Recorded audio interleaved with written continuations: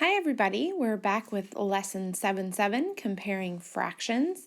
We're going to start today with some quick look cards, so I'll show you those, and I'm looking for you to tell me what the fraction is that you see.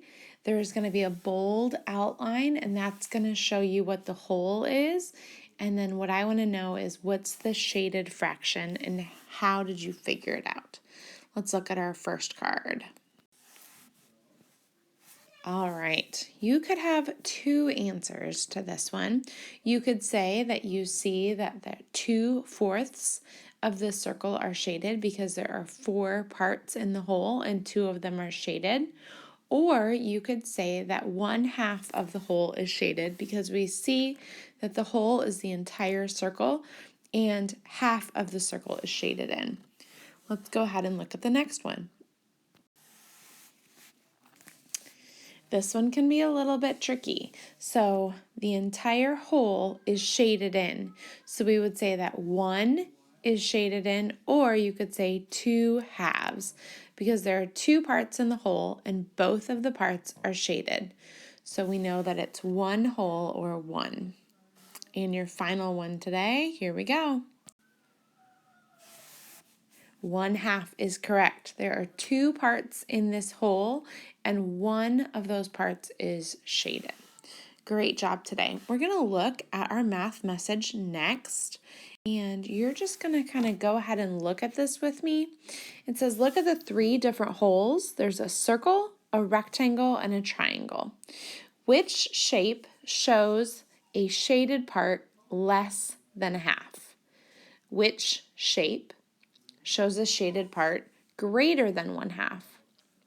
Which shape shows a shaded part that's about 1/2? So let's look through this together. I think I would definitely start by looking at the circle, and I would say, okay, well, which one does this match up with? Does this match up with less than a half shaded, greater than a half shaded, or about 1/2 shaded? And I would definitely say that this one is going to show a shaded part that is greater than 1/2. What about our rectangle? Is that about a half or less than a half? I would say less than a half. And last but not least, about 1/2 is definitely going to be our triangle because it's almost all the way up to that point at the top, and then if it was, it would be 1/2. So that one's going to be about 1/2. Awesome job. All right, so we're going to use these kind of as benchmarks. You can see the shaded amounts.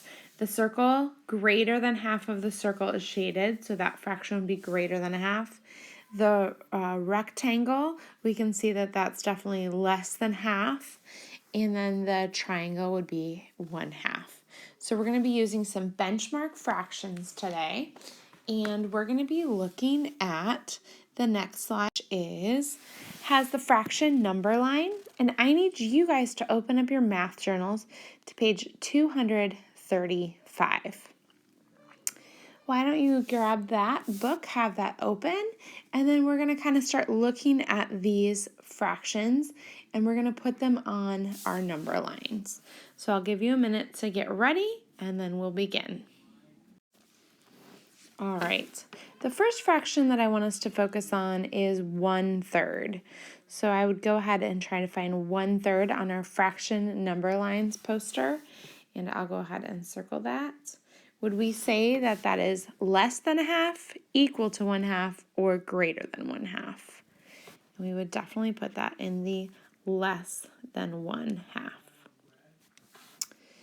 All right, how about our next fraction? 1/4. Where would that one go? If you're thinking less than a half, you are correct. How about on that same number line, how about 3/4? Now, this is where it gets a little bit tricky because we know that 4/4 is the same as 1 whole, and we also know that 2/4 is the same as 1/2. So, is that one going to be greater than a half, equal to a half, or less than 1/2? We're talking about 3/4. It's definitely going to be greater than 1/2. All right, I'm going to circle a few more fractions, and this time I'm going to use red, and I want you to look at those fractions as I circle them, and I want you to try to figure out where you think that those should go on the table for number 1. So the first one I want you to do is I want you to do 2/6. I also want you to do 2/4. I already gave you a hint on that one. I want you to do 5/6. I want you to do 7/8, 3/6, and let's also do 4/8. So go ahead and pause the video right now, and I want you to finish adding those fractions I've circled in red to your table for number 1. After you've done that, go ahead and push play, and we will continue the video. All right, so what you should find is that you put 2/6 here. You should find that you have 2/4 here, 3/6 here, 4/8 here, and then over here of greater than 1/2, 7/8, and 5/6. So for number 2, you're going to be choosing 2 of those fractions from above that are less than 1/2. So you're going to look up there, and then it says, of these 2 fractions, which one is closer to 0? How do you know? Remember, on our fraction number lines, all the way over here, this is where all of the ones that are 0 are. And then you're going to do a comparison number sentence. So you're going to take those 2 fractions from up above, write them down below, and then you're going to go ahead and you're going to use these symbols to fill in a symbol in the middle. For number 3, you're going to do the same kind of thing, except for this one, you are going to be focusing on the fractions that are greater than 1/2. So these guys that I'm circling in green over here, you're going to work on doing those down here, and then which one's closer to 1. Keep in mind, 1 is going to be in this area, right over here. So I'd like you to go ahead and finish filling out this page on your own. Don't forget to use these symbols in the middle to make the number sentence to compare your 2 fractions. We're going to go next to the math journal page. So once you finish filling out this page, I want you to go ahead and push play so that you can listen to what to do on the math journal page. But for now, go ahead and push pause. Finish filling out this paper, and then we'll look at the math journal page. For the math journal page, we're going to go ahead and go to page 237. Go ahead and push pause while you finish filling out this page. All right, I hope that went okay for you. For the math boxes today, this page is page 237. And I want you to go ahead and fill in the fact triangles. You get to choose a math fact. So maybe choose a math fact that you sometimes have a hard time with, or one that you think other people might have a hard time with.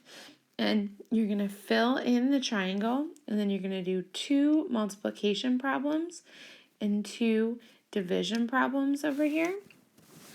For number 2, Justin's grandma poured 30 liters of water into 5-liter jugs. How many 5-liter jugs did she fill? So think about it. She's starting with 30 liters, and she wants to put them into jugs that are 5 liters. So the question is, how many jugs did she fill? Over here, number 3, fill in the circles. That's your big hint. Next to the names that belong in this name collection box. So here is the label there for that one, 2 halves. So what's another one that could go in there? And be careful because it said fill in the circles. That means there's going to be more than one. Number 4 is a great review of order of operations. And remember, we're not going to add parentheses. I saw a lot of people do that on the test. We're going to show to do it first by underlining it. So keep that in mind. What's the order? First, remember, parentheses means do this part first. Then we do multiplication or division in order from left to right. And then lastly, subtraction and addition in order from left to right. Number 5, Charlie now has 20 batteries. He started with 6 packs of 10 batteries. So he had 20 batteries. He has that now. He started with 6 packs of 10 batteries. How many batteries did Charlie use? One of these down here is going to be the equation that you're going to want to use to figure out the answer to how many batteries did he use. Over here, we're going to do making an estimate. Here's our actual. We're going to fill in our unit box, and then we're going to check our actual and compare it to our estimate. And remember, if it's close, then yes, your answer makes sense. All right, go ahead and grab your home link for 7-7, and I think you're going to do great on it, but I'm going to go ahead and go there now. You can go ahead and fill out the math box page, and then go ahead and push play onto this, or you can just go ahead and look over it right away with me. Here we go. All right, so we talked today about comparing fractions and whether the fractions are less than, greater than, or equal to 1/2. So you're going to go ahead and look at the name of the fraction that's on the bottom, and then you'll go ahead and shade in that fraction above. And then down here, you're just going to go ahead and write a fraction in there that's less than 1/2, equal to 1/2, and these have to be from up here, from numbers 1, 2, and 3, which one of those fractions, and then greater than 1/2. And then you're going to go ahead and write in one of these symbols to make the sentence true. And it recommends drawing a picture to help if you need it, if you get stuck. If you can visualize it in your mind, then don't worry about it. But if it helps you, you can go over here and you can draw the 2 circles and then turn those into fractions, and that can help you. So I don't think that this one will take you a super long time today. All right, good luck, friends. Have a great day. Bye.